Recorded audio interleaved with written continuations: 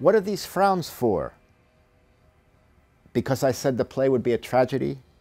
After all, I'm a god. I'll have anything changed I want. I'll turn it from a tragedy to a comedy without altering a line. Well, do you want me to or not? I'll make it a comedy with some tragedy mixed in. I know, I'll make it a tragicomedy.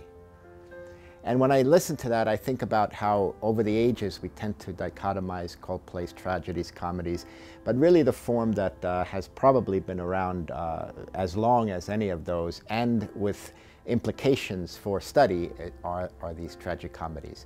So we'll look at a series of them, one a week, beginning with Plautus, then we'll go through a spate of Renaissance era plays.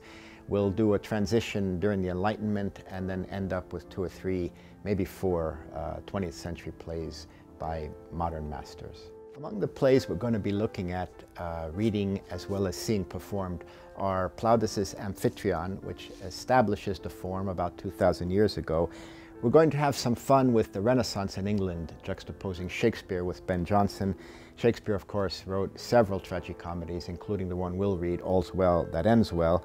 Ben Jonson's Volpone, and then something I haven't done with the Humanities seminars before, but I've always wanted to, is take a look at least 2 or 3 Spanish classic plays of the Spanish classic era, Molière's Tartuffe, and we'll spend a good 3 or 4 weeks on modern masters, Ibsen and Chekhov, as well as Pirandello by demand. Students have asked me to put Pirandello on the syllabus.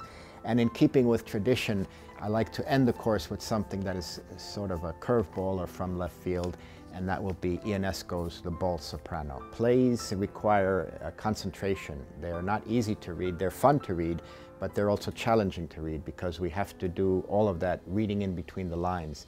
And so with the course being both preparation for the seminar, which is the reading of the play, and then often live performance of current scenes, we're seeing the plays in revision. We get them in our minds first, and then we experience them as performed or read by the actors.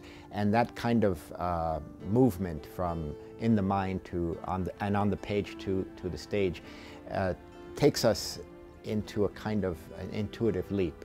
And so it's critical thinking, it's having fun, it's studying, and it's also learning about ourselves, because as we go back, the tragicomedies are really what is the life form.